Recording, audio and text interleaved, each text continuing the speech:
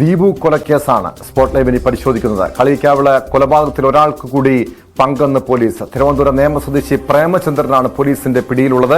പ്രധാന പ്രതി അമ്പിളി, ഗൂഢാലോചനയിൽ പങ്കെടുത്ത സുനിൽ എന്നിവർക്ക് പുറമെ കൊലപാതകം ആസൂത്രണം ചെയ്തതിൽ പ്രേമചന്ദ്രനും പങ്കുണ്ടെന്ന് പോലീസ് കരുതുന്നു. ഫോൺ രേഖകളുടെ അടിസ്ഥാനത്തിൽ പ്രേമചന്ദ്രനെ കസ്റ്റഡിയെടുക്കുകയായിരുന്നു. അമ്പിളിയെ വിശദമായി ചോദ്യം ചെയ്തതിന് ഉടൻ കസ്റ്റഡി അപേക്ഷ അന്വേഷണ സംഘം സമർപ്പിക്കും. വി വിനോദ് ചേരുന്നുണ്ട് വിവരങ്ങളുമായി. വിനോദ്, ഇതൊരു കൊട്ടേഷൻ കൊലപാതകമാണ് എന്ന് സംബന്ധിച്ചുള്ള സൂചനകൾ പോലീസ് ഇന്നലെ തന്നെ നൽകിയതാണ്. ഈ പ്രേമചന്ദ്രന്റെ പങ്ക് ഈ കേസിൽ എങ്ങനെയാണ്? ടോം, ഈ കേസിൽ ആകെ 3 പ്രതികൾ എന്ന വിവരമാണ് പോലീസ് നൽകുന്നത്. അമ്പിളിയുടെ അറസ്റ്റ് കഴിഞ്ഞ ദിവസം തന്നെ നടന്നു. മറ്റ് 2 പേർ പോലീസിന്റെ കസ്റ്റഡിയിലുണ്ട് എന്ന വിവരമാണ് നമുക്ക് ലഭിക്കുന്നത്. സുനിലും അതോടൊപ്പം തന്നെ തിരുവനന്തപുരം നേമം സ്വദേശിയായ പ്രേമചന്ദ്രൻ, ഈ 2 പേരും തമിഴ്നാട് പോലീസിന്റെ കസ്റ്റഡിയിലുണ്ട്. വിശദമായ ചോദ്യം ചെയ്യൽ നടക്കുന്നു എന്ന കാര്യമാണ്. ഈ കൊലപാതകത്തിന്റെ കൃത്യമായ കാരണം ഇനിയും വ്യക്തമാകേണ്ടിയിരിക്കുന്നു. കാരണം ഈ അമ്പിളി നൽകിയ മൊഴിയിൽ അവ്യക്തതകളുണ്ട്. അതോടൊപ്പം തന്നെ ഇപ്പോൾ ചോദ്യം ചെയ്യുമ്പോൾ അവർക്ക് ഈ 2 പേർക്കും നേരിട്ട് കൊലപാതകത്തിൽ പങ്കില്ല. അമ്പിളിയെ ഈ കാര്യത്തിന് സഹായിക്കുകയായിരുന്നു. അത് ഈ 10 ലക്ഷം രൂപ തട്ടിയെടുക്കുക എന്നത് തന്നെയായിരുന്നു അതിനുള്ള കാരണം. 10 ലക്ഷം രൂപ മാത്രമാണോ ഈ കൊലപാതകത്തിന് അല്ലെങ്കിൽ അങ്ങനെ കൊലപ്പെടുത്തി തുക തട്ടിയെടുക്കുക എന്ന ലക്ഷ്യം മാത്രമായിരുന്നു എന്നതിൽ സംശയം അവശേഷിക്കുന്നുണ്ട്. ഇവർ മൊഴി മാറ്റുന്നത് കൊണ്ട് തന്നെ പോലീസും ഇക്കാര്യത്തിൽ ആശയക്കുഴപ്പത്തിലാണ്. ഏറ്റവും പ്രധാനപ്പെട്ട കാര്യം ഇൻഷുറൻസുമായി ബന്ധപ്പെട്ട ചില കാര്യങ്ങൾ. കൊല്ലപ്പെട്ട ദീപുവിന് കടമുണ്ടായിരുന്നു. ഏതാണ്ട് 2 ലക്ഷം രൂപയെങ്കിലും മാസം വായ്പ തിരിച്ചടവായി നൽകേണ്ട ഒരു സാഹചര്യം ഉണ്ടായിരുന്നു എന്ന കാര്യമാണ്. അക്കൗണ്ടുകൾ കൃത്യമായി ഇപ്പോൾ പോലീസ് പരിശോധിക്കുന്നുണ്ട്. ദീപുവിന്റെ ഭാര്യയെ കഴിഞ്ഞ ദിവസം കളിയിക്കാവിള സ്റ്റേഷനിലേക്ക് വിളിച്ചു വരുത്തി തമിഴ്നാട് പോലീസ് മൊഴിയെടുത്തിരുന്നു. ദീപുവിന് അങ്ങനെ ഭീമമായ സാമ്പത്തിക ബാധ്യത ഉണ്ടായിരുന്നു എന്ന കാര്യമാണ് പരിശോധിക്കുന്നത്. മാത്രമല്ല, ദീപുവിന്റെ ഉടമസ്ഥതയിൽ ഉണ്ടായിരുന്ന ക്വാറി അത് കുറച്ചു നാളായി പ്രവർത്തിക്കുന്നില്ല. ഈ കൊല്ലപ്പെടുന്നതിനും 2 ദിവസം മുൻപ് ദീപുവും അമ്പിളിയും ഈ അടഞ്ഞുകിടന്ന ക്വാറിക്ക് സമീപം നിന്ന് ഏതാണ്ട് അരമണിക്കൂറിലധികം സംസാരിച്ചതായി ദീപുവിന്റെ തന്നെ ചില തൊഴിലാളികൾ മൊഴി നൽകിയിട്ടുണ്ട്. ദീപുവിന് തൊഴിലാളികൾ ഉണ്ടായിരുന്നു. വർക്ക്ഷോപ്പിലും ക്വാറിയിലുമായി ഉൾപ്പെടെ നിരവധി തൊഴിലാളികൾ ഉണ്ടായിരുന്നു.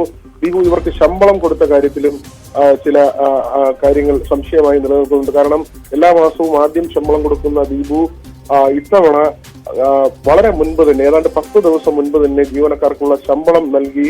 അത് എന്തുകൊണ്ട് അങ്ങനെ നേരത്തെ തന്നെ ശമ്പളം നൽകി, അവരുടെ ശമ്പളം നൽകി തനിക്കുള്ള അങ്ങനെയുള്ള ബാധ്യതകൾ ഒഴിവാക്കി എന്നതടക്കമുള്ള കാര്യങ്ങളിൽ സംശയം നിലനിൽക്കുന്നുണ്ട്. ദീപു പറഞ്ഞിട്ട് ദീപുവിനെ കൊലപ്പെടുത്തണമെന്ന നിർദ്ദേശം ദീപു നൽകി ഈ ഇൻഷുറൻസ് തുകയ്ക്ക് വേണ്ടി നടത്തിയ കൊലപാതകമാണോ എന്ന തരത്തിലുള്ള ഒരു പ്രചരണം ആദ്യം മുതൽ തന്നെ ഉണ്ടായിരുന്നു. പക്ഷേ അത് പോലീസ് ഇപ്പോഴും സ്ഥിരീകരിക്കുന്നില്ല. രേഖകൾ പരിശോധിക്കണമെന്ന വിവരമാണ് തമിഴ്നാട് പോലീസ് നൽകുന്നത്. കേട്ടോ,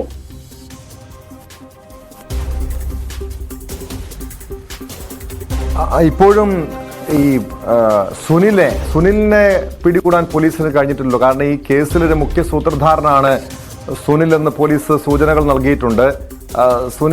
സുനിലിന് വേണ്ടി കഴിഞ്ഞ 2 ദിവസമായി പോലീസ് അന്വേഷണം നടത്തുകയാണ്. ഇതുവരെയും എവിടെയെന്ന ഈ സുനിൽ എവിടെയുണ്ടെന്നൊരു സൂചന പോലും പോലീസിനില്ലേ?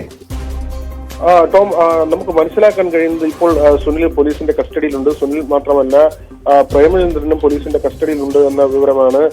സുനിൽ ഒളിവിലാണ് എന്ന കാര്യം പറഞ്ഞെങ്കിൽ കൂടിയും ചില വിവരങ്ങൾ നമുക്ക് തമിഴ്നാട് പോലീസിൽ നിന്ന് ലഭിക്കുന്നത് സുനിൽ കസ്റ്റഡിയിലുണ്ട് എന്ന കാര്യമാണ്. വിശദമായ ചോദ്യം ചെയ്യൽ നടക്കുന്നു. പ്രേമചന്ദ്രൻ പോലീസിന്റെ കസ്റ്റഡിയിലുണ്ട് എന്ന ചില വിവരങ്ങൾ തമിഴ്നാട് സ്പെഷ്യൽ ബ്രാഞ്ചിൽ നിന്നടക്കമുള്ള ചില വിവരങ്ങൾ ആ നിലയ്ക്ക് വന്നിരുന്നു. ഏതായിരുന്നാലും പോലീസിനെ സംബന്ധിച്ച് ഇതിന്റെ മോട്ടീവ് ഇതിൽ എന്താണ് എന്നതിന് ഒരു വ്യക്തത വന്നിട്ടില്ല. എന്തിന് കൊലപ്പെടുത്തി? ഈ 10 ലക്ഷം രൂപ ഇങ്ങനെ വാഹനം വാങ്ങാൻ കൊണ്ടുപോകുന്നു. അത് നേരത്തെ തന്നെ മുൻകൂട്ടി വളരെ തന്ത്രപരമായി വാഹനത്തിൽ കയറി കൊലപ്പെടുത്തിയതാണോ?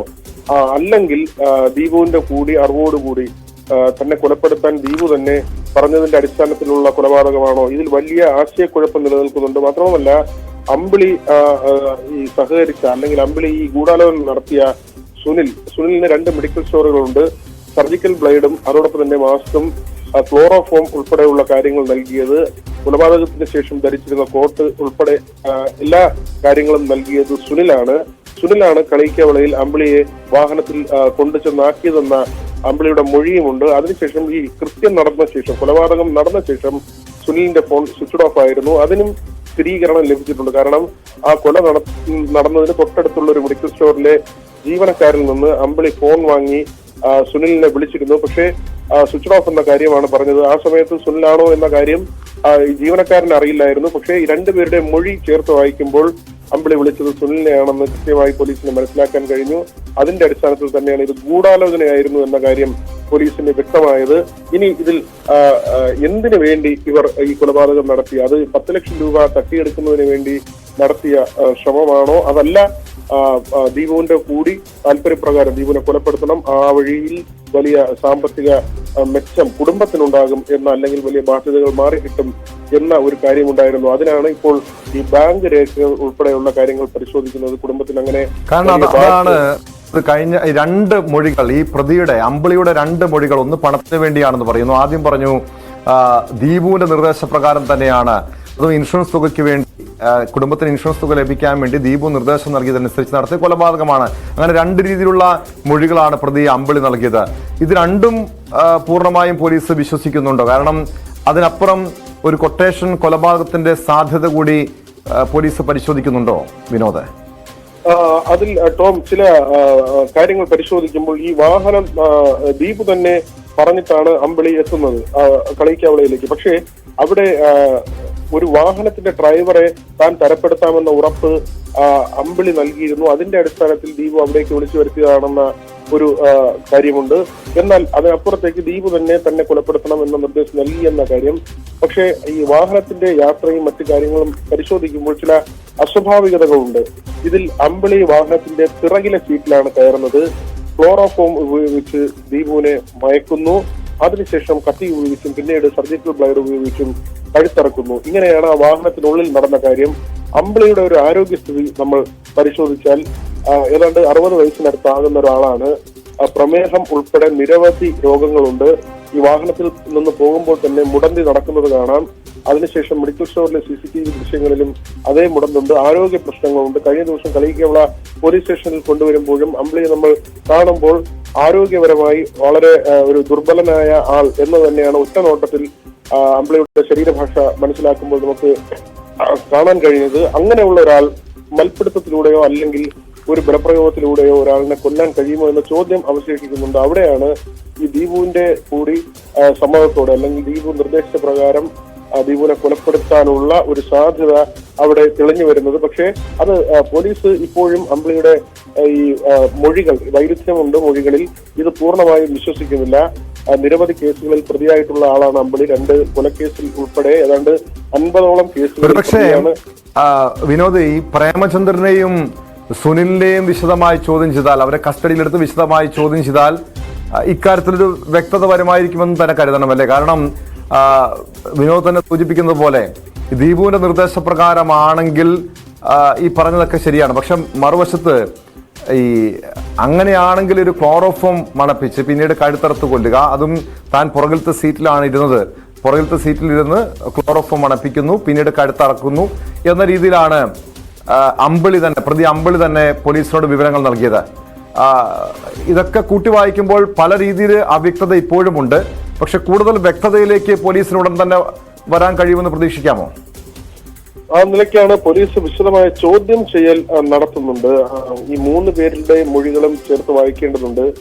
ഇവർ ഗൂഢാലോചന നടത്തിയ സ്ഥലം, ഇവർ എപ്പോഴാണ് ഇതുമായി ബന്ധപ്പെട്ട കാര്യങ്ങൾ ചർച്ച നടത്തിയത്, ഈ സർജിക്കൽ ബ്ലേഡും അതോടൊപ്പം തന്നെ ഈ മെഡിസിനുമായി ബന്ധപ്പെട്ട അല്ലെങ്കിൽ ക്ലോറോഫോം ഉൾപ്പെടെയുള്ള കാര്യങ്ങൾ, ഇത് അമ്പിളി തരപ്പെടുത്തുമ്പോൾ ഇതിൽ സുനിലിന്റെ പങ്കെന്താണ്? സുനിലിന് നേരിട്ട് ഏതെങ്കിലും തരത്തിൽ ദീപുവുമായി കണക്ഷൻ ഉണ്ടായിരുന്നോ? ആ തരത്തിലുള്ള ബന്ധമുണ്ടോ?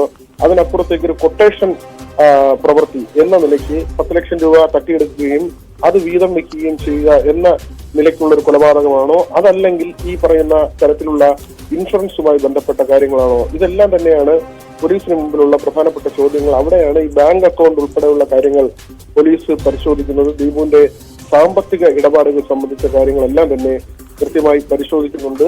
ധാരാളം ജീവനക്കാരുള്ള ഒരാളാണ് ദീപു. കോറി പ്രവർത്തിക്കുന്നില്ല എന്ന കാര്യമാണ് നമുക്ക് അറിയാൻ കഴിഞ്ഞത്. ആ പ്രവർത്തനരഹിതമായ കോറിക്ക് സമീപമാണ് കൊല്ലപ്പെടുന്നതിനും ദിവസങ്ങൾക്ക് മുൻപ് ദീപുവും അമ്പിളിയും മാറി നിന്ന് സംസാരിച്ചു എന്ന് ജീവനക്കാർ മൊഴി നൽകുന്നത്. ഇരുവരും തമ്മിൽ വലിയ പരിചയമുണ്ടായിരുന്നു. എന്താണ് ഇതിന്റെ കാരണം? കൃത്യമായി പണം തട്ടുന്നതിന് വേണ്ടി ഈ നേരത്തെ ഗുണ്ടാ സംഘത്തിൽ ഉൾപ്പെട്ടിരുന്ന ക്രിമിനൽ പ്രവർത്തികളിൽ ഏർപ്പെട്ടിരുന്ന അമ്പിളി ആസൂത്രണം ചെയ്ത് നടപ്പാക്കിയ കൊലയാണോ, അതല്ല ദീപുവിന്റെ കൂടി അറിവോടുകൂടി നടന്ന കൊലപാതകമാണോ? ഇക്കാര്യത്തിലാണ് ഇനി വ്യക്തത വരേണ്ടത്.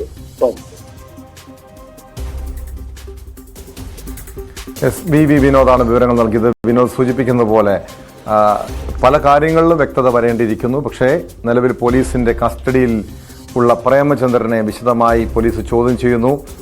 സുനിലും കസ്റ്റഡിയിലുണ്ടെന്ന സൂചനകളുണ്ട്. ഇവരെ വിശദമായി ചോദ്യം ചെയ്താൽ ഈ കളിയിക്കാവിള ദ്വീപ് കൊലപാതക കേസുമായി ബന്ധപ്പെട്ട കാര്യങ്ങളിൽ വ്യക്തത വരുമെന്നാണ് പോലീസും പ്രതീക്ഷിക്കുന്നത്.